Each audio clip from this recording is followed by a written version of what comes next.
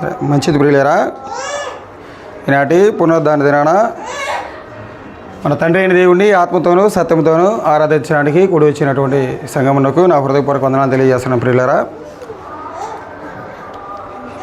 ఇప్పటివరకు మనందరికీ ఆరోగ్యాన్ని ఆయుష్ని ఇచ్చినటువంటి కన్న తండ్రి అయిన దేవుడికి మన ఎంతగానో కృతజ్ఞతాస్తుతులు బద్దులో ఉన్నాం కనుక ప్రతి ఒక్కరు కూడా దేవుని పట్ల మనందరం కృతజ్ఞతాభావంతో ఉండాలని మీ అందరికీ మన మనపూర్వకమైనటువంటి విన్నపాన్ని మీ అందరికీ తెలియజేస్తాను. నేను కూడా 2 మాటలు ప్రార్థన చేస్తాను.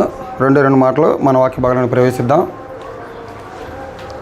మమ్మల్ని అత్మికులుగా ప్రేమిస్తున్నటువంటి మా ప్రియ పరలోక తండ్రి, ఘనమైన దేవ తండ్రి, ఈనాటి పునరుద్ధాన దినాన తండ్రి, మేమందరూ ఇక్కడ కూడుకునే నాయన మా జీవితాలకు ఏ మాటలు అయితే అవసరమో తండ్రి ఆ మాటలు మేము వినబోచుండగా మీ కృపను మాకు దయచేసిన ఆయన వెనకాల చెవులను గ్రహింపగల మనసును మా అందరికీ దయచేస్తారని నమ్మచ్చు. చెప్పడం నాగును కూడా మీకు పరిశోధన జ్ఞానమును సాయం నడమని నాకు దయచేస్తారని విశ్వసిస్తూ ఇంకా ఎవరైతే స్థితిపడి ఉన్నారో తండ్రి త్వరగా మీకు సన్నిధానంలో కనిపిస్తారని నమ్మచ్చు. ఈ ప్రార్థన మీ ప్రియ కుమారుడు మా ప్రభు నీ లోకరక్షకుడైన ప్రభు యేసుక్రీస్తు వారి పేరిట మీకు సమర్పిస్తున్నాం మా కన్న తండ్రి. ఆమేన్. మంచిది ప్రియులారా, ఈరోజు కూడా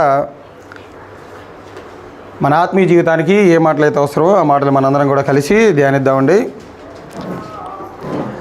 అపోస్తులైనటువంటి పౌలు గారు తిమోతి గారికి పత్రిక రాస్తూ ఒక మంచి మాట అంటాడు.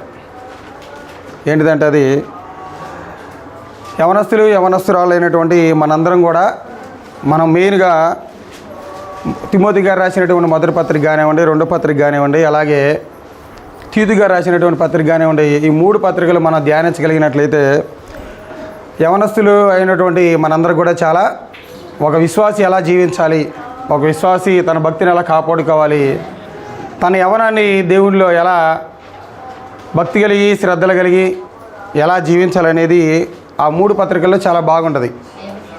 మన వరకు ఆ 3 పత్రికల్ని ధ్యానించినట్లయితే పాటించినట్లయితే మనందరికి కూడా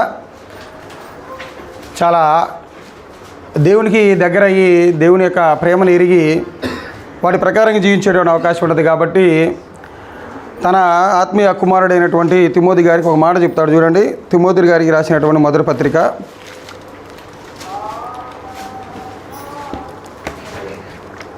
తిమోతి గారికి రాసినటువంటి మొదటి పత్రిక 6వ అధ్యాయం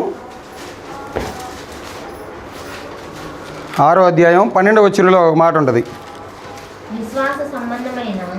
విశ్వాస సంబంధమైన మంచి పోరాటము పోరాడుము, నిత్య జీవమును చేపట్టుము, దాన్ని పొందుటకు నీవు పిలువబడి అనేక సాక్షుల ఎదుట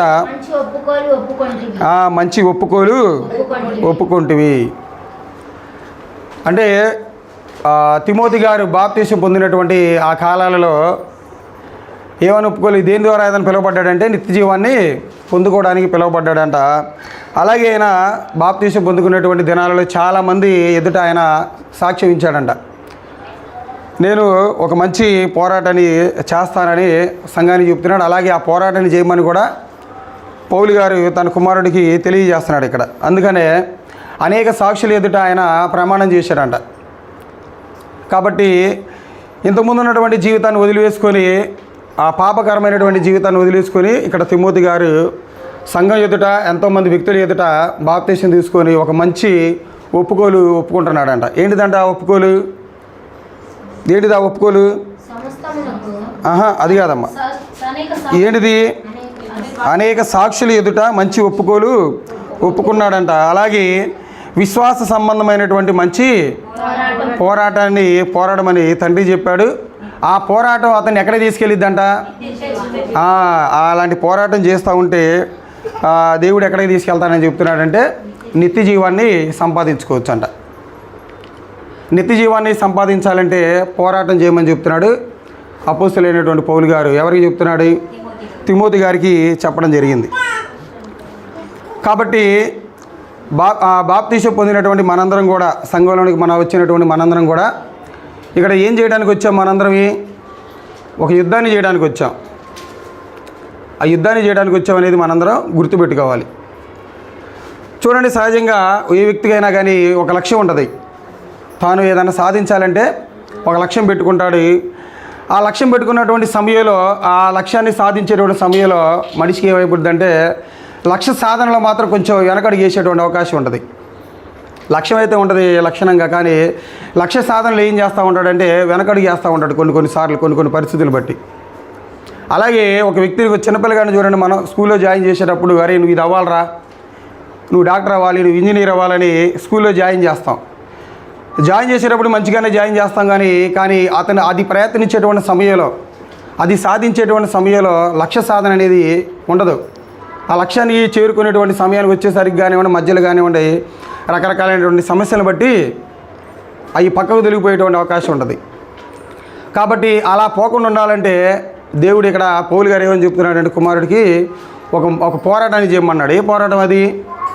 మంచి పోరాటం చేయమన్నాడు. అంటే పోరాటాల్లో కూడా రెండు రకాలు ఉన్నాయి. ఒకటి మంచి పోరాటం ఉంది, ఒకటి చెడ్డ పోరాటం ఉంది. చెడ్డ పోరాటం అనేది ఎలా ఉంటుందంటే మనుషుల మధ్య, దేశాల మధ్య, రాజ్యాల మధ్య, ప్రజలకు మధ్య అనేక రకాలైనటువంటి పోరాటాలు ఉంటాయి. ఇప్పుడు చూడండి, సమాజంలో మనం ఎన్ని రకాలైనటువంటి యుద్ధాలు చూస్తూ ఉన్నాం. పాకిస్తాన్కి కానివ్వండి, మనకి కానివ్వండి, ఇజ్రాయెల్కి కానివ్వండి, ఇరాన్కి కానివ్వండి, రష్యాకి కానివ్వండి, ఉక్రెయిన్కి కానివ్వండి, ఎంతో విపత్కరమైనటువంటి పరిస్థితులు, యుద్ధాలు జరుగుతూ ఉన్నాయి. చాలామంది అనుకుంటారు యుద్ధాలు చేసి మా పవర్ ఏంటో చూపించాం ఆ దేశానికి, మా సత్తా ఏంటో చూపించాం ఆ దేశానికి అనుకుంటారు ఆ యుద్ధంలో. కానీ ఆ యుద్ధం తర్వాత వచ్చేటువంటి నష్టం అనేది చాలా పూడ్చలేనిది. ఎందుకంటే ఆ యొక్క యుద్ధం వల్ల చాలా నష్టం జరిగిద్ది. ప్రజలు చాలా ఇబ్బందులు పడుతూ ఉంటారు, ఆర్థిక నష్టం అనేది జరిగిద్ది. నిత్యావసరాలు పెరిగి ఆ యొక్క ధరలు అనేది ఎవరి మీద వేయబడడం జరుగుతుంది? ప్రజల మీద వేయాల్సి వచ్చింది. కాబట్టి దేశానికి నాయకులుగా ఉన్నటువంటి వాళ్ళు ఏం చేస్తారంటే ఎక్కువ మంది చాలా తక్కువగా ఆలోచిస్తారు యుద్ధం చేయాలంటే. అందుకనే మన ఇండియా గవర్నమెంట్ వాళ్ళు కూడా ఏం చేశారంటే మన పాకిస్తాన్ యుద్ధానికి అయిపోయింది యుద్ధం అనేది. చూడండి, ఎందుకు చేసేటువంటి యుద్ధానికి నష్టం ఉంటుంది, ఈ దేశానికి నష్టం ఉంటుంది, ఆ దేశానికి నష్టం ఉంటుంది. ఆ దేశంలో ఉన్నటువంటి ప్రజలు ఇబ్బంది పడతారు, ఈ దేశంలో ఉన్నటువంటి ప్రజలు కూడా ఇబ్బంది పడతారు. కాబట్టి ఈ యుద్ధం వల్ల ఏం జరిగిద్ది అంటే నష్టం జరిగిద్ది. కాబట్టి ఈ యుద్ధం అనేది నష్టం కలిగించింది. కాబట్టి మరి ఎలాంటి పోరాటాన్ని చేయాలి? మరి ఈ చెడ్డ పోరాటం వల్ల నష్టం ఉంటుంది కాబట్టి సరిపోయింది. మరి మంచి పోరాటం ఎలా చేయాలి? అసలు మంచి పోరాటం అంటే ఏంటిది? ఎవరితో చేయాలి, దేనితో చేయాలి అని పౌలు గారు కొరింథీయులకు రాసినటువంటి 2వ పత్రికలో ఒక మాట చెబుతున్నాడు. చూడండి,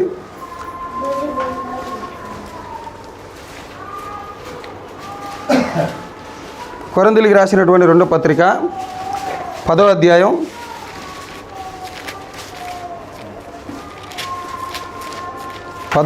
3-4 వచనాలు చూడండి ఒకసారి.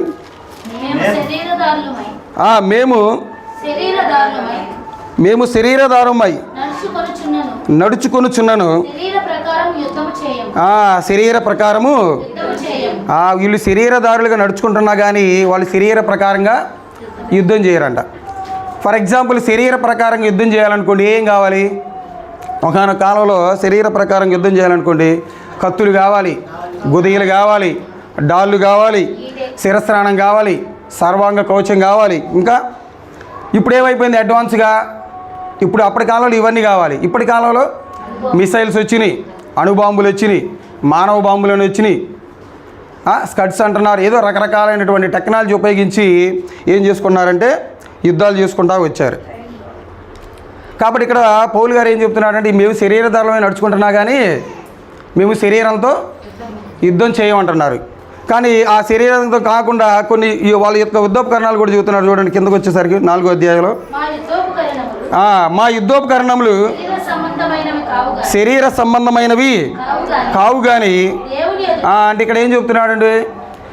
వాళ్ళ యుద్ధోపకరణాలు కూడా శరీర సంబంధమైనవి కావంటున్నాడు. శరీరాలతో మేము యుద్ధం చేయమంటున్నాడు. మేము చేసేటువంటి యుద్ధం కూడా శరీర సంబంధమైనటువంటి యుద్ధోపకరణాలు కూడా అవి కావని తెలియజేస్తున్నాడు. కాకపోతే ఇక్కడ మనకేం అర్థం అవ్వాలో తెలుసా? అసలుకి ప్రపంచంలో ఏ జాబ్ తీసుకోవడానికి ఎక్కువ డేర్ ఉండాలో తెలుసా? మనందరికీ శరీర సంబంధమైన పోరాటం చేయాలంటే ఒక వ్యక్తికి ఏ జాబ్ తీసుకోవాలంటే గట్స్ ఉండాలి. ఆర్మీలోకి వెళ్ళాలంటే చాలా గట్స్ ఉండాలి, చాలా ధైర్యం ఉండాలి. ఎందుకంటే ముందుగానే ఒప్పుకుంటారు ఏమని, వీళ్ళు చనిపోతారనే ముందుగానే డిసైడ్ అయ్యే దాంట్లో జాయిన్ అవుతారు. అందుకే ఆ జాయిన్ అయ్యి ఎక్స్ ఆర్మీకి వచ్చిన వాళ్ళందరికీ కూడా చాలా రకాలైనటువంటి వాళ్ళకి ఉపయోగాలు ఉంటాయి. ఏ వ్యక్తి అయినా కానీ మీకు తెలుసో తెలియదు, ఏ వ్యక్తి అయినా కానీ ఆర్మీలో ఉద్యోగం చేసి వచ్చిన తర్వాత అతనికి 5 ఎకరాల పొలం ఇస్తారు. 5 ఎకరాల పొలం ఇస్తారు. అనేక విషయాల్లో వాళ్ళకి ఏముంటుందంటే రాయితీలు ఉంటాయి. దేనికి అప్లై చేయాలన్నా కానీ, దానికి అప్లై చేయాలన్నా, దీనికి అప్లై చేయాలన్నా కానీ రకరకాలైనటువంటి రాయితీలు ఉంటాయి. కానీ అన్ని రాయితీలు ఎందుకు ఇస్తారు వాళ్ళకి? అంత రకమైనటువంటి వెలుసుబాటు ఎందుకు కల్పిస్తారంటే వాళ్ళు దేనికి ఎదురెళ్తున్నారు? మృత్యుకి ఎదురెళ్తూ ఉన్నారు. వాళ్ళందరూ ఏం చేస్తున్నారంటే తెలిసే మృత్యుకి ఎదురెళ్తున్నారు కాబట్టి వాళ్ళకి అన్ని అవకాశాలు అనేవి కల్పించారు. అలాగే ఆ యుద్ధంలో పనిచేసేటువంటి వాళ్ళకు కూడా కొన్ని ప్రొవిజన్స్ ఉంటాయి. అంటే వాళ్ళకి ఇచ్చేటువంటి ఆహారం కానివ్వండి, వాళ్ళు తాగేటువంటి ఆల్కహాల్ కానివ్వండి, చాలా క్వాలిటీ ఆహారాన్ని, చాలా క్వాలిటీ మందులు వాళ్ళకి సప్లై చేస్తూ ఉంటారు. ఇలా రకరకాలుగా వాళ్ళకి ఇలా ఇస్తూ ఉంటారు. ఎందుకంటే వాళ్ళు మృత్యుకి ఎదురెళ్తున్నారు కాబట్టి వాళ్ళు ఎప్పటికైనా కానీ చనిపోవచ్చు. కాబట్టి మనం కూడా శరీరధారులమైనటువంటి మనం కూడా ఒక పోరాటం చేయాలి. పోరాటం చేయాలంటే ముందు వేటి మీద చేయాలి మనం పోరాటం. ఇప్పుడు ఆర్మీలో చేసిన వాళ్ళకి ఇవన్నీ వెలుసుబాట్లు వచ్చినాయి. మరి శరీరధారణ ధరించుకున్నటువంటి మనం, క్రైస్తవులు ఉన్నటువంటి మనం కూడా 2 ప్రధానమైనటువంటి వ్యవస్థల మీద మనం యుద్ధం చేయాలి. వేటి మీద చేయాలి? 2 ప్రధానమైనటువంటి వ్యవస్థల మీద మనం యుద్ధం చేయాలని ఇక్కడ పౌలు గారు చెప్తున్నారు. వేటి మీద అంటున్నాడు చూడండి ఒకసారి. అదే కొరింథీయులకు అదే తీతు గారు రాసినటువంటి, తిమోతి గారికి రాసినటువంటి మొదటి పత్రిక 6వ అధ్యాయంలో 11వ వచనంలో ఒక మాట ఉంటుంది చూడండి. దైవజనుడా నీవైతే వీటిని విసర్జించమంటున్నాడు. వీటిని విసర్జించాలి. మనకి 10వ అధ్యాయంలో ఉంటుంది. 10వ అధ్యాయం వేటిని విసర్జించాలన్నాడు? విశ్వాస సంబంధమైనటువంటి మంచి పోరాటం చేయాలంటే మొదటి వ్యవస్థ ఏంటిదంట? 10వ వచనంలో ఉంటుంది చూడండి. 10వ వచనంలో దేని మీద యుద్ధం చేయాలన్నాడు? తన కుమారుణ్ణి. ఎందుకనగా ధనాపేక్ష సమస్తమైనటువంటి కీడులకు మూలము అంట. కొందరు దానిని ఆశించి విశ్వాసము నుండి తొలగిపోయి నానా బాధలతో తమ్మును తామే పొడుచుకునిరి. ఒక విశ్వాస సంబంధమైనటువంటి మంచి పోరాటం చేయాలంటే మొట్టమొదటిగా ఒక వ్యక్తి దేని మీద పోరాటం చేయాలంటే ధనాపేక్ష మీద పోరాటం చేయాలంట. ఈ ధనాపేక్ష మీద పోరాటం చేయకపోతే, ఈ ధనం తీసుకొచ్చేటువంటి కొన్ని రకాలైనటువంటి ఇబ్బందుల్ని ఒక వ్యక్తి ఎదుర్కోకపోతే కన్ఫామ్గా అతను విశ్వాస సంబంధమైన మంచి పోరాటం చేయనట్లే అతను. కాబట్టి ఇక్కడ ఉన్నటువంటి మనందరం కూడా విశ్వాస సంబంధమైనటువంటి పోరాటం చేయాలంటే మొట్టమొదటిగా మనం దేని మీద పోరాటం చేయాలని పౌలు గారు చెప్తున్నాడు? తన కుమారుడి కంటే ధనాపేక్ష మీద పోరాటం చేయాలంట. ఆ ధనాపేక్ష మీద మనం కానీ ఆ పోరాటం చేయకపోతే మన విశ్వాస సంబంధమైనటువంటి పోరాటం చేయనట్టే. మరి అదేంటి? మరి ధనం ఎవరు సంపాదించుకోకూడదా అంటే సంపాదించుకోకూడదు. ఎవరు ధనం సంపాదించుకోవాలి? ధనాన్ని సంపాదించుకోవాలి. ఫర్ ఎగ్జాంపుల్గా మనకు అర్థం కావాలంటే ఇప్పుడు ధనవంతుడు లాజరు ఉన్నాడు. దేన్ని బట్టి ధనవంతుడు పోయి అక్కడ వేదనకరమైనటువంటి స్థలంలోనికి వెళ్ళాడు? ధనాన్ని బట్టి ఏమొచ్చిందంటే అతనికి గర్వం వచ్చింది. ధనాన్ని సంపాదించాలి, కోటాను కోట్లు సంపాదించాలి, కానీ దాని మీద ఏమి ఉండకూడదు? నమ్మకం ఉండకూడదు. అదే సర్వస్వం అనుకొని జీవించకూడదు. అలా ఒక వ్యక్తి, ఏ వ్యక్తి అయినా కానీ, దేవుళ్ళకి వచ్చినటువంటి ఏ వ్యక్తి అయినా కానీ డబ్బు సంపాదించవచ్చు, కానీ దాని మీద అపేక్ష పెట్టుకున్నాడు అనుకోండి, అది ఏం చేసిద్దంటే నానా రకమైనటువంటి విధానంలోకి, నానా రకమైనటువంటి బాధల్లోకి, ఉరిల్లోకి మనలందరినీ తీసుకుని వెళ్తుంది. కాబట్టి ఇక్కడ మనం దేని గురించి ఆలోచించాలంటే ఆ ధనవంతుడు దేన్ని బట్టి అతను నరకయాతనలోకి పోయాడంటే అతను ధనాపేక్ష కలిగి ఉన్నాడు. అలాగని ధనం సంపాదించకూడదంటే ధనం సంపాదించాలి. ఇతనికన్నా ధనవంతుడు ఉన్నాడు. ఇంకా ఒక రకంగా ఈయన డబ్బులు సంపాదించబట్టే చాలామంది ఇప్పుడు ఉన్నటువంటి క్రైస్తవ లోకలు ధనవంతుడు ఎందుకు నరకానికి పోయాడంటే ఏమని చెప్తారు? అతడు ధనవంతుడయ్యాడు కాబట్టి. ధనవంతుడయ్యాడని కాదు. ఒకవేళ నిజంగా ఆయన ధనవంతుడయ్యే నరకానికి పోయాడంటే ఈయనకంటే ముందు ఎవరు పోవాలి తెలుసా? ఎవరు పోవాలి? ఈయనకంటే ముందుగానే అబ్రహాం గారే పోవాలా. సొలొమోన్ గారి కంటే ముందు కదా అబ్రహాం గారు. ఎందుకంటే ఇంకొక ధనవంతుడు తన పక్కన నివసించలేనంత ధనం ఉందంట అబ్రహాం గారికి. ఎందుకంటే దేవుడు ఆయన గురించి కొన్ని ఎక్స్క్లూజివ్ మాటలు మాట్లాడాడు. ఏంటిదో తెలుసా? దేవుడు అబ్రహాం గారిని అన్ని విషయాలు ఆశీర్వదించిండంట. ఏ విషయాలు? అన్ని విషయాలు ఆశీర్వదించాడు. ఇదిగో ఈ విషయంలో దేవుడు ఆశీర్వదించలేదు అనేది లేదంటే అబ్రహాం గారి దాంట్లో గొడ్లు కానివ్వండి, గోదాములు కానివ్వండి, సంపద కానివ్వండి, కుమారులు కానివ్వండి, ఇలా అన్ని రకాల్లో దేవుడు ఆశీర్వదించి ఎంతో రకమైనటువంటి ఆస్తి ఇచ్చాడు. కానీ ఆయనకి ఏమి లేదు, ఆయనకి ఏమి లేదంటే ధనం మీద ఏమి లేదంటే ఆపేక్ష లేదు. ధనం మీద ఏమి లేదంటే అతనికి ఆపేక్ష లేదు. అంత ఎక్కువ ధనాన్ని సంపాదించామనుకోండి ఏం వచ్చిందని చెప్తున్నాడు చూడండి. అక్కడే 6వ అధ్యాయం 17వ వచనంలో, 6వ అధ్యాయం 17వ వచనంలో, ఇహమందు ధనవంతులైన వారు గర్విష్ఠులవుతారంట. అంటే మనకున్న స్టేజ్ కన్నా కానీ మనం ఎక్కువగా ధనాన్ని సంపాదించామనుకోండి మనలో ఏమొచ్చిద్దంట, గర్వం వచ్చిద్దంట. నేను ఎంత సంపాదించినా కానీ, నేను ఇన్ని లక్షలు ఎన్ని వేలు నేను సంపాదించినా కానీ గర్వం నీకు రాదనుకున్నావా, సంపాదించే ఇబ్బంది ఏమి లేదు. గర్వం రాకుండా నేను ఎంత సంపాదించినా నాకు గర్వం రాదు అని నీకు ఆలోచన ఉందనుకోండి, నువ్వు ఎంతైనా కానీ సంపాదించొచ్చు అని ఇక్కడ చెబుతున్నాడు.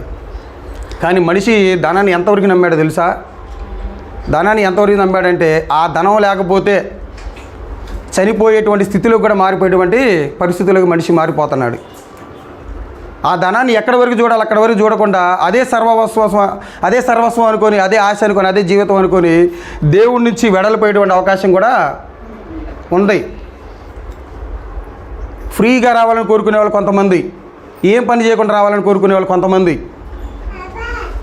లాటరీలో రావాలని కోరుకునే వాళ్ళు కొంతమంది, ఇలా అన్ని రకాలుగా డబ్బులు కోరుకొని మనం ఏమైపోతున్నామంటే మధ్యలో దేవుడికి ఏమైపోతున్నామంటే వెడవేటువంటి అవకాశం ఉంటుంది. అలా ఉండకూడదు. మనకి ఎలా సంపాదించాలంటే, మనం ఎలా సంపాదించినా ఆ డబ్బు ఇలా కొన్ని రోజులు నిలబడాలంటే మనం ఎలా సంపాదించాలి, చెమటోడిచి సంపాదించాలి, కష్టపడి సంపాదించాలి. ఏదో అక్కడ పోయి ఇక్కడ పోయి ఆ పని చేసి ఈ పని చేసి ఎలాంటి పని చేయకుండా మనకు డబ్బులు రావాలంటే అది వచ్చేది కాదు. అదేంటిదంటే ధనాపేక్షకు సంబంధించినటువంటి లక్షణం అది. అలాంటి లక్షణాలు చేసి మనం జీవిస్తున్నామంటే మనం విశ్వాస సంబంధమైనటువంటి మంచి పోరాటం చేయట్లేదు. అప్పుడు మనం ఎంత సంపాదించినా ఉపయోగం లేదు. కాబట్టి మనిషి ఒక ధనాన్ని ఎంతవరకు నమ్మాడు చెప్తాడు చూడండి సామెతల గ్రంథంలో. అలాగే అసలు ధనం మీద ఎలాంటి నమ్మకం ఉండకూడదని చెప్తాడు చూడండి. ధనాన్ని ఆపేక్షించేవాడు అసలు ఆ ధనం మీద ఎలాంటి నమ్మకం ఉండకూడదని చెప్తాడు. సామెతల గ్రంథం 11వ అధ్యాయం, సామెతల గ్రంథం 11వ అధ్యాయం 28. ధనమును నమ్ముకున్నవాడు ఏమైపోతాడంటే పాడైపోతాడంట. ఇంక ఈ ధనమే నన్ను రక్షించేది, ఈ ధనమే నన్ను కాపాడేది, ఈ ధనం లేకపోతే నా జీవితం లేదు అనుకునేవాడు ఏమైపోతాడంటే పాడైపోతాడంట. పెద్దవాళ్ళు ధనాన్ని ఉద్దేశించి ఒక మంచి మాట అన్నారంట. ఏంటిదంటే అదే, ధనం అనేది మంచి దాసుడే కానీ చెడ్డ యజమాని అంట. ధనం అనేది మంచి దాసుడే కానీ చెడ్డ యజమాని అంట. అంటే దాసుని యజమాని చేసామనుకో అది మన మీద ఏం చేసిద్ది, పెత్తనం చేసిద్ది.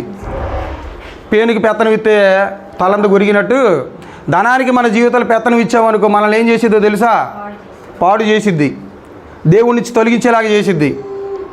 దాని మీద పెట్టుకున్నటువంటి వ్యక్తుల యొక్క జీవితాలు ఏమైపోతాయి అంటే పాడైపోతాయి. కాబట్టి ఎక్కువగా సంపాదించాలని మనం ఎప్పుడు కూడా కోరుకోకూడదు.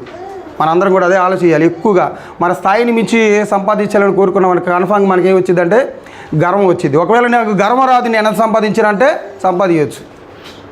అని ఎలా సంపాదించాలి, నీతిగా సంపాదించాలి, యథార్థంగా సంపాదించాలి, కష్టపడి సంపాదించాలి. అలా సంపాదించినటువంటి ధనం అనేదే ఉంటుంది. కానీ ఎలాగే వేరే రకాలుగా సంపాదించింది అనేది ఒక్క నిమిషం కూడా ఉండదు. అలా ధనాన్ని నమ్ముకునేవాడు ఏమైపోతున్నాడు, దేవుడు సెలవిస్తున్నాడు ఇక్కడ, పాడైపోతాడంట. కానీ ఎంతవరకు నమ్మాడో తెలుసా ధనాన్ని దేవుడు? ఒక మనిషి ఎంతవరకు ధనాన్ని నమ్మాడంటే ఇదే సామెతల గ్రంథంలో 11వ అధ్యాయం 4వ వచనంలో ఒక మాట అంటాడు. ఉగ్రత దినమందు ఆస్తి అక్కడికి మరి అంత ధనం, మరి ఉగ్రత మనం చనిపోయేటువంటి క్షణాలకి వచ్చినా కానీ మన ధనం మనకి అక్కడికి రానప్పుడు మరి దాన్ని సంపాదించే ఉపయోగం ఏముంది? దీనికి ఇంకా మనకి అర్థం కావడానికి, ఇంకా దీని యొక్క వచ్చడానికి ఇంకా మనకు అర్థం కావాలంటే మొన్నటి దాకా కరోనా వచ్చింది, ఎంతోమంది చనిపోయారు. వాళ్ళ ధనం ఏమైనా వాళ్ళని రక్షించిందా? వాళ్ళ ధనం ఏమైనా వాళ్ళని రక్షించిందా అంటే రక్షించలేదు. కాబట్టి మనుషులు ఏంటంటే డబ్బు సంపాదించాలి అనేటటువంటి ఆశ అనేది పెరిగిపోవటం వల్ల ఏం చేస్తున్నాడంటే దాని మీదే నమ్మకం పెట్టుకుంటున్నాడు, దాని మీదే తన జీవితాన్ని కొనసాగిస్తున్నాడు. కానీ దేవుడు ఏం చెప్తున్నాడంటే దాని మీద నమ్మకం పెట్టుకోమాకండి, ఎందుకంటే అది ఉగ్రత దినమందు ఆయనకు అక్కడికి రాదు. అక్కడికి రాని చుట్టము ఇది ఉంది కదా సామెత. మన బంధువులే మనకు అక్కడికి రాకపోతే ఏం చేస్తాం? మనం వాళ్ళని విడిచిపెడతాం. మరి ధనం మనకు అక్కడికి రానప్పుడు దాన్ని విడిచిపెట్టాలి, లేదంటే కన్ఫామ్గా విడిచిపెట్టాలి అని ఇక్కడ దేవుడి వాక్యం సెలవిస్తూ ఉంది. ఇలాంటి ఇలాంటి ధనం అనేది, ఇలాంటి సమృద్ధి అనేది బైబిల్ గ్రంథంలో కూడా ఒక నీతిమంతుని కూడా ఆశించింది. ఒక నీతిమంతుని కూడా ఆశించింది. ఎవరంటే ఎగ్జాంపుల్గా మనం చెప్పుకోగలిగితే లోతు గారు ఉన్నారు. లోతు గారి గురించి దేవుడు ఇచ్చినటువంటి స్టేట్మెంట్ ఏంది? నీతిమంతుడు అనే కదా. నీతిమంతుడు తాను నివసించినటువంటి ఆ ప్లేస్లో ఉన్నటువంటి వ్యక్తులు చూసి తన నీతి గలటువంటి మనసుని ఏం చేసుకుంటూ వచ్చాడు? ఆయన నొప్పించుకుంటూ వచ్చాడు. ఎందుకు నొప్పించుకుంటూ వచ్చాడు? అలా నొప్పించుకుంటూ వచ్చినా కానీ ఆయన ఆ స్థలాన్ని విడిచిపెట్టి బయటకు వచ్చాడా? ఆ స్థలాన్ని అతను చేయించుకో ముందుగా అబ్రహాం గారికి లోతు గారికి మధ్య సంఘర్షణ జరిగిద్ది. వాళ్ళ యొక్క కాపర్లకి, గొర్రెల కాపర్లకి, వీళ్ళ గొర్రెల కాపర్లకి గొడవ జరిగినప్పుడు ఏం చేస్తారంటే అబ్రహాం గారు అసలు బంధువులు ఎలా ఉండాలి? అబ్రహాం గారి సందర్భాన్ని చూస్తే మనం ఆలోచించవచ్చు. ఏం చెబుతారు అబ్రహాం గారు? మన ఇద్దరమే, నువ్వు నా అన్న కొడుకు కాబట్టి లోతు, నేను నీకు బాబాయ్ నేత కాబట్టి ఇదిగో నీకు ఏది కావాలో ఎంచుకోమన్నప్పుడు లోతు గారు చూడగా ఆయనకి ఏం కనబడిద్ది? సొదొమ గొమొర్రా కనబడిద్ది. సొదొమ గొమొర్రా అనగానే మనకి ఏం గుర్తుకొచ్చిద్ది? కామాంధులే గుర్తుకొస్తారు, వ్యభిచారులు గుర్తుకొస్తారు. అసలు ఆ అంధత్వం అనేది, ఆ కామాంధులైనటువంటి అలా తయారవడానికి గల కారణం ఏంటిదో తెలుసా? అసలు సొదొమ గురించి, వాళ్ళ సొదొమలో నివసించేటువంటి ప్రజలు అలా మారడానికి గల కారణం ఏంటో తెలుసా? దేవుడు ఒక మాట అన్నాడు చూడండి యెహెజ్కేలు గ్రంథంలో. అసలు అంత అంధత్వం రావడానికి గల కారణం ఏంటిది? వాళ్ళు యెహెజ్కేలు గ్రంథం 16వ అధ్యాయంలో 16వ అధ్యాయం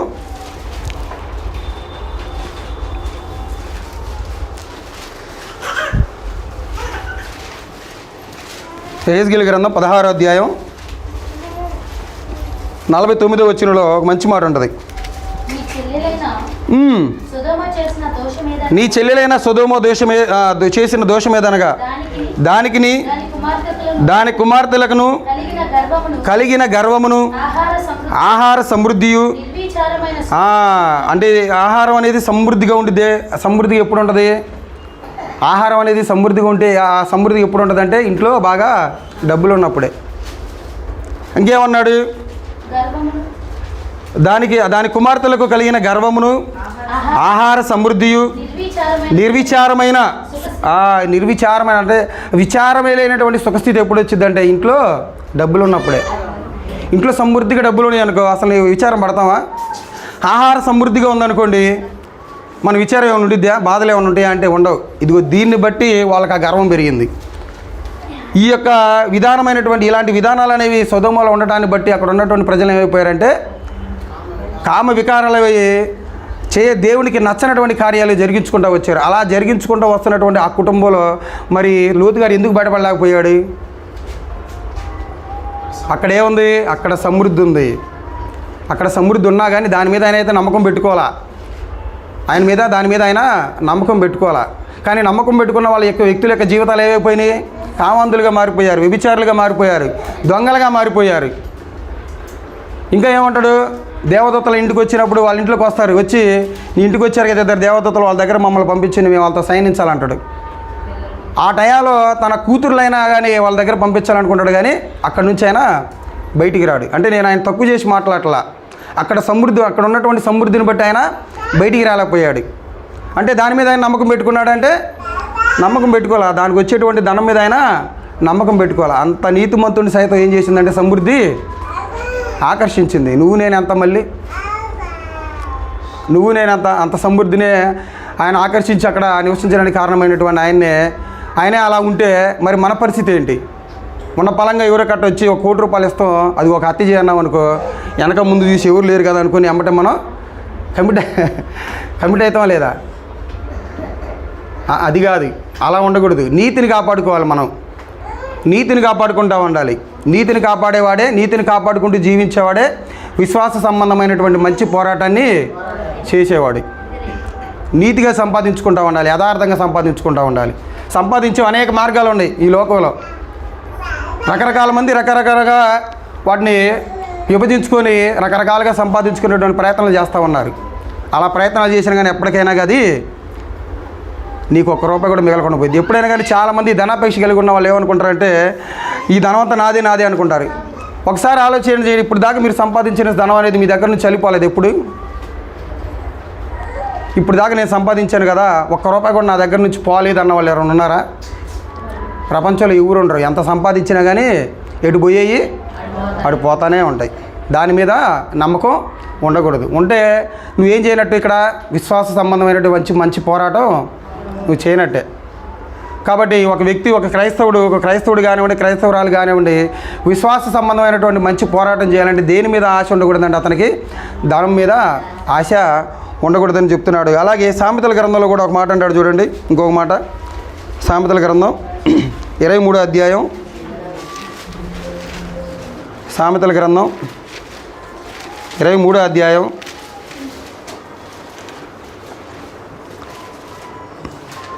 23వ అధ్యాయం 4-5 వచనాల్లో ఐశ్వర్యము పొంద ఎవరైనా కానీ నాకు డబ్బు ఎక్కువ కావాలి, నేను అందరికంటే బాగుండాలి అనేటువంటి ప్రయాస పడకూడదు అన్నాడు. మరి వేటి మీద ప్రయాస ఉండాలి? వేటి కోసం మనం ప్రయాసపడాలి అని 1 తిమోతి పత్రిక 6వ అధ్యాయం 11వ వచనంలో ఆ మాటే ఉంటుంది. దైవజనుడా, నీవు అయితే వీటిని విసర్జించి ఆ నీతిని, భక్తిని, విశ్వాసమును, ప్రేమను, ఓర్పును, సాత్వికమును సంపాదించుకున్నటకు ప్రయాసపడాలంట. మరి అసలు మనకి ఇవన్నీ సంపాదన లిస్టులో ఉంటాయా? ఇవన్నీ సంపాదన లిస్టులో ఉంటాయా? నీతి కానివ్వండి, భక్తి కానివ్వండి, యథార్థత కానివ్వండి, ఇవన్నీ మనకి భక్తులు సంపాదించే లిస్టులో ఉంటాయా అంటే ఉండవు. మనకి వేటిని సంపాదించే లిస్టులో, వేటిని మనం సంపాదించే వారిలాగా ఉన్నామంటే ధనాన్ని ఎక్కువగా సంపాదించే వారిలాగా ఉన్నాం. అలా సంపాదించాలని ప్రయాసపడుతున్నాం అనుకోండి. అలాంటి కింద 4వ వచనంలో చూడండి, ఇంకా మంచి మాటలు ఉంటుంది. నీవు అట్టి అభిప్రాయం కలిగినను, అసలు నీకు అలాంటి అభిప్రాయం వచ్చిందనుకోండి, విశ్వాస సంబంధమైనటువంటి మంచి పోరాటం పోరాడేవాడు నువ్వు ఏం చేయాలి? దాన్ని విడిచిపెట్టాలి. విశ్వాస సంబంధమైనటువంటి మంచి పోరాటం చేసేవాడు ఏం చేయాలంటే, అట్టి అభిప్రాయం కలిగిన, ఐశ్వర్యం సంపాదించాలనేటువంటి అభిప్రాయం కలిగిన కానీ ఏం చేయాలి? అక్కడి నుంచి పారిపోమని చెప్తున్నాడు, విడిచిపెట్టమంటున్నాడు. ఒకవేళ కింద 5వ వచనంలో ఏమంటాడు చూడండి మళ్ళీ, నీవు దాని మీద దృష్టి నిలిపిన తోడని అది లేకపోవును, నిశ్చయముగా అది రెక్కలు ధరించి ఎగిరిపోవును. అది చాలు. నిశ్చయముగా అది ఏం జరిగిద్దంట? రెక్కలు ధరించి ఎగిరిపోతుందంట. ఎంత చేసినా కానీ, ఎంత సంపాదించినా కానీ దాని మీదే నువ్వు ప్రయాసపడి దాని మీద ఆపేక్ష కలిగి నువ్వు జీవించావనుకో, అదేమైపోయిద్దంట? రెక్కలు ధరించుకొని పైకి వెళ్ళిపోయిద్దంట. మాకు ఒక ఆయన ఉన్నాడు, ఒక టీచరు, నా కొలిగే సాతుర్లో పనిచేస్తాడు. వాళ్ళ యొక్క బంధువు గవర్నమెంట్ టీచర్ అంట. గవర్నమెంట్ టీచరు బాగా ముసలైనంట. 2 రోజుల్లో రిటైర్మెంట్ అవ్వబోతున్నాడు. ఎప్పుడైనా కానీ విధులు చేసేటప్పుడు ఒక వ్యక్తి చనిపోయాడు అనుకో, ఆ విధులు చేస్తే చనిపోయినటువంటి వ్యక్తి యొక్క జాబు తన కుటుంబంలో ఎవరికి గట్ట వస్తుంది, గవర్నమెంట్ జాబు.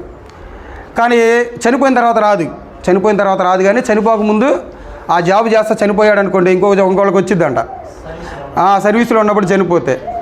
కానీ వీళ్ళు ఏం చేశారో తెలుసా? ఇంట్లో ఉన్నటువంటి కుటుంబీకులు చనిపోతే ఇంకో జాబ్ వేరే వాళ్ళకి రాదనుకొని ఏం చేశారో తెలుసా? ఆయన్నే ముందుగానే చంపేశారంట. ముందుగానే ఏం చేశారు? చంపేశారు. చూడండి అసలుకి ఎలా ఆలోచించారో వాళ్ళు. సర్వీసులో ఉండగానే ఏదో అన్నంలో మత్తు మందు కలిపి ఆయన్ని చంపేశారంట. ఎందుకు? చనిపోయిన తర్వాత ఎవరికి రాదుగా. అది ముందుగానే చనిపోయింది అనుకో, అది ఎవరికి గట్ట వచ్చింది కదా. డబ్బు ఎక్కువ సంపాదించినా చూడండి ఈ తలకాయ నొప్పులే. ఇంకొకటి ఉన్నాడంట, ఒక ఆయన, ఈయన కూడా పేటలో ఒక స్కూల్ అయినా దాదాపు 40 లక్షలకి ఇన్సూరెన్స్ చేయించుకున్నాడంట. 40 లక్షలకి ఇన్సూరెన్స్ చేయించుకున్నాడు. రేపు చనిపోతాడు. కానీ ఆ చనిపోయేది ఎలా చనిపోవాలంటే ప్రమాదంలో చనిపోవాలి. ఆ ఇన్సూరెన్స్ డబ్బులు రావాలంటే ఆ ఇంట్లో కుటుంబీకులు ఒక ప్లాన్ వేశారు. ఏ ప్లాన్ అంటే, అది ఆయన కారులో పోతాడంటే వెనక నుంచి టిప్పర్ లారీ వచ్చి గుద్దిందంట, ఆయన చనిపోయిందంట. అంటే అది వచ్చి గుద్దలా, వీళ్ళే ప్లాన్ వేశారు ముందుగానే. 40 లక్షల కోసం ఏం చేశారు వాళ్ళ నాన్నే? అంటే ఇన్సూరెన్స్లు ఎక్కువ చేసుకున్నా ప్రమాదమే. ఇన్సూరెన్స్లు ఎక్కువ చేసుకున్నా కానీ ప్రమాదమే. ఇట్లా తయారవుతున్నారు జనాలు. అందుకనే అట్టి అభిప్రాయం కలిగినా కానీ నువ్వు దాని నుంచి వెళ్ళమంటున్నాడు. కాబట్టి ఎలా సంపాదించాలంటే ఒక సంకల్పంతో సంపాదించాలి. మన కోసం సంపాదించుకున్న అన్నీ కూడా అసలు ఉండవు తెలుసా. సంపాదించేటువంటి సంపాదనలో మనం ఒక మధ్యలో ఒక టైం టేబుల్ లాగా ఉండాలి. నేను ఎంత సంపాదిస్తున్నాను, నేను ఎంత ఖర్చు పెడుతున్నాను, దేవుడికి ఎంత పెడుతున్నాను, నా కుటుంబానికి ఎంత పెడుతున్నాను, ఇతరులకు ఎవరికైనా నేను సహాయం చేస్తున్నానా అనేటువంటి విధానంలో సంపాదించాలి. కానీ మనకు మించినటువంటి సంపాదన మనం సంపాదించామంటే ఇలాంటి గురిలో పడేటువంటి అవకాశం ఉంటుంది. ఇది మొదటిది, విశ్వాస సంబంధమైనటువంటి మంచి పోరాటం. మొదటిగా ఒక క్రైస్తవుడు దేని మీద చేయాలంటే ధనం మీద పోరాటం చేయాలి. రెండవదిగా దేని మీద పోరాటం చేయాలంటే శరీరంతో పోరాటం చేయాలి. రెండవదిగా విశ్వాస సంబంధమైనటువంటి ఒక మంచి పోరాటం చేయాలంటే మొదటిగా ధనాపేక్షతో చేయాలి, తర్వాతగా శరీరంతో చేయాలి. దేవుడు మానవుడు రెండు భాగాలు, ఒకటేంటిది శరీరము, రెండు ఆత్మ. మనకు ఆది కాండంలో కనబడుద్ది. దేవుడైనటువంటి యెహోవా నరుని నేలమట్టితో నిర్మించి వాని నాసికారంధ్రంలో జీవాయుధుగా మనిషి జీవాత్మాయుడు, అంటే మనిషి ఆత్మ శరీరము, అవునా కదా. అలాగే ప్రసంగి గ్రంథంలో అంటాడు, మన్నైనది వెనకటి వలె మునిపికి చేరును, ఆత్మ తాను దయచేసినటువంటి దేవుని ఎదగపోవును అంటాడు. అలాగే దానియేలు గారు అంటాడు, దానియేలును నేను నా దేహంలో నేను నివసించుతున్నాను అంటాడు. అంటే దేవుడు, దానియేలు ఆయన దేహం. ఇలా ఇంకా యేసుక్రీస్తు ప్రభువారు కూడా అంటాడు,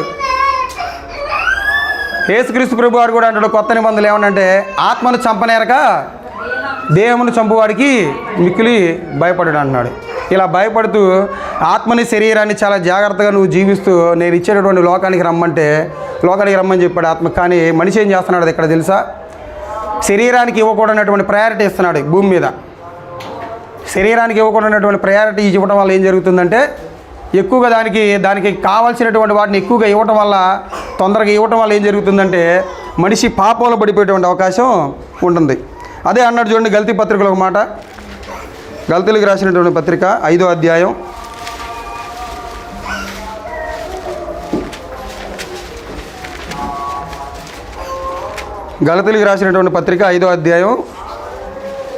17వ వచనంలో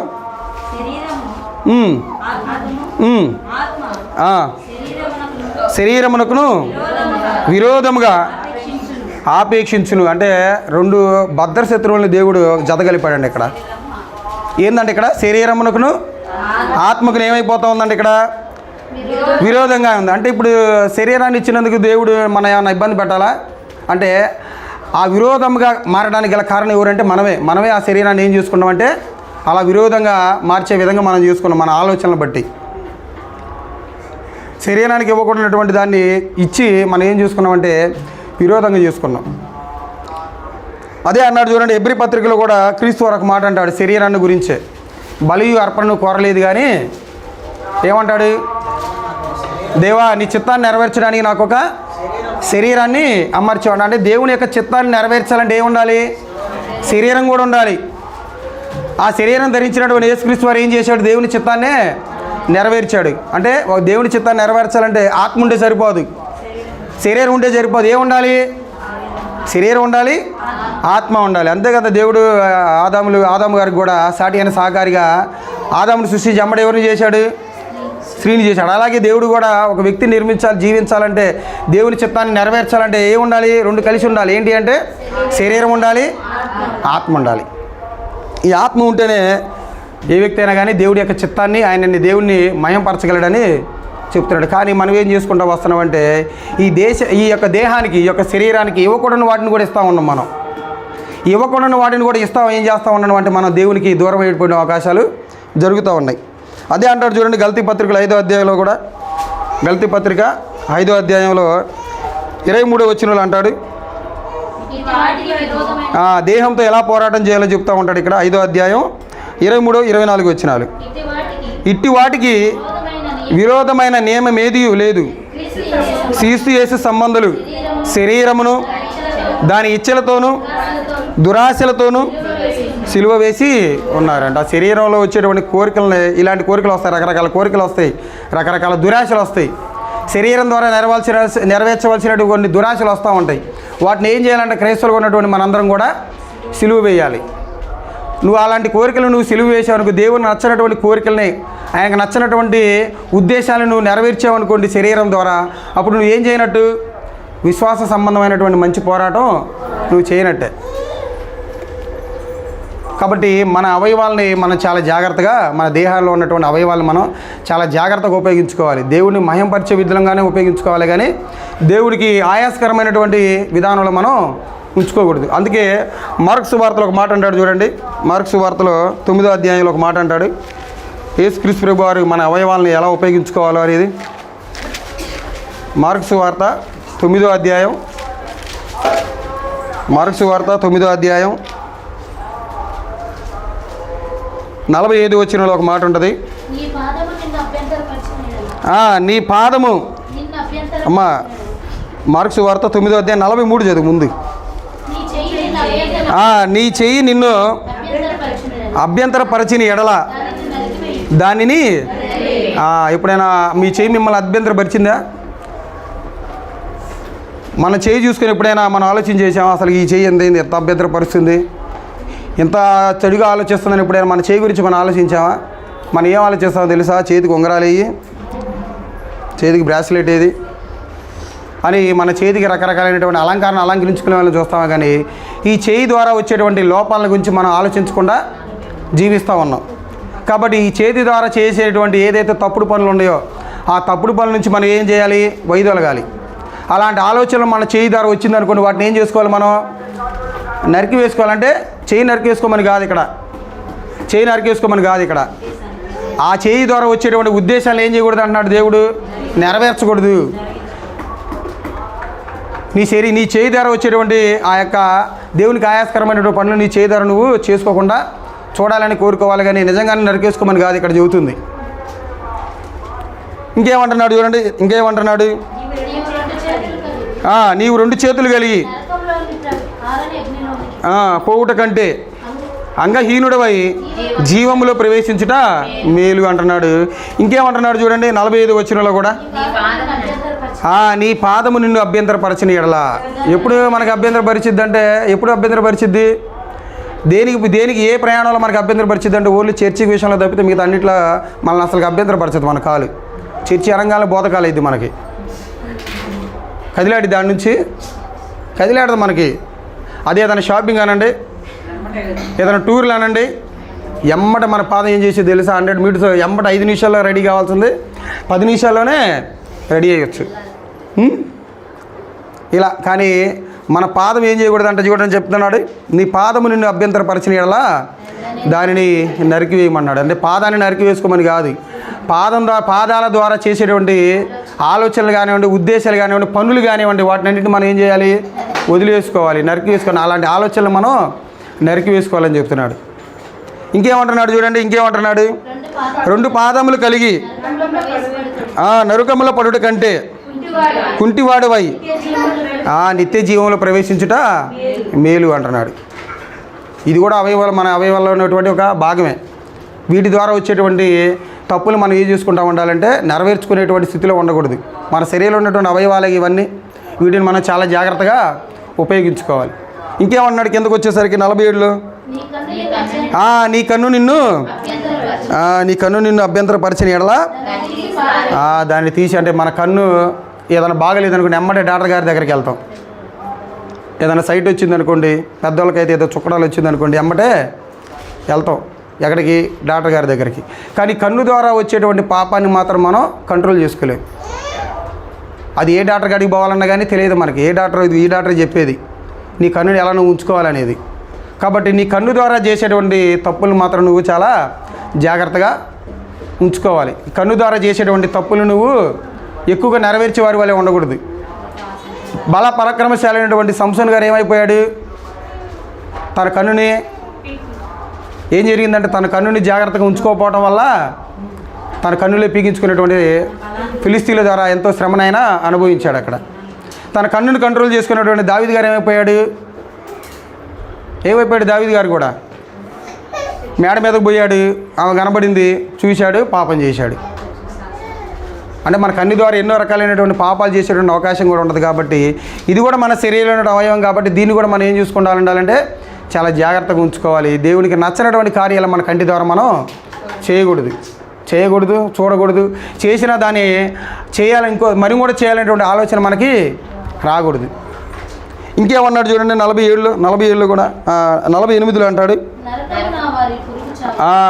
ఇలా మన యొక్క అవయవాలను మనం చాలా జాగ్రత్తగా దేవునికి నచ్చేంత విధంగా మనం మలుచుకోకుండా విశ్వాస సంబంధమైనటువంటి పోరాటంలో ఈ పోరాటం అనేది వీటి మీద మనం చేయకుండా ఉన్నామంటే మన దేహం అంతా ఎక్కడ పడిపోయిద్ది అంటే నరకంలో పడిపోయిద్దంట.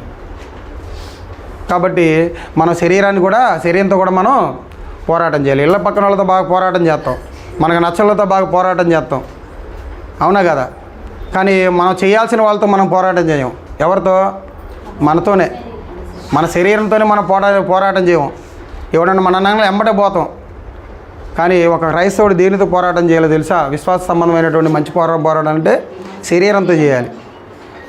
శరీరంతో చేస్తేనే అతను నిత్య జీవాన్ని అతను పొందుకోగలడు.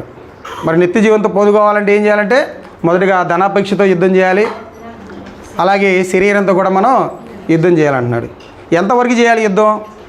ఎంతవరకు చేయాలంటే మనం మరణించేంత వరకు కూడా. క్రీస్తు వారు కూడా ఒక హెబ్రీ పత్రికలో ఒక మంచి మాట అంటాడు చూడండి. హెబ్రీలకు రాసినటువంటి పత్రిక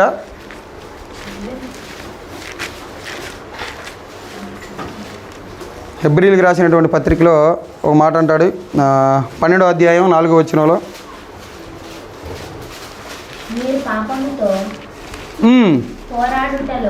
అమ్మా 12:4 కదా.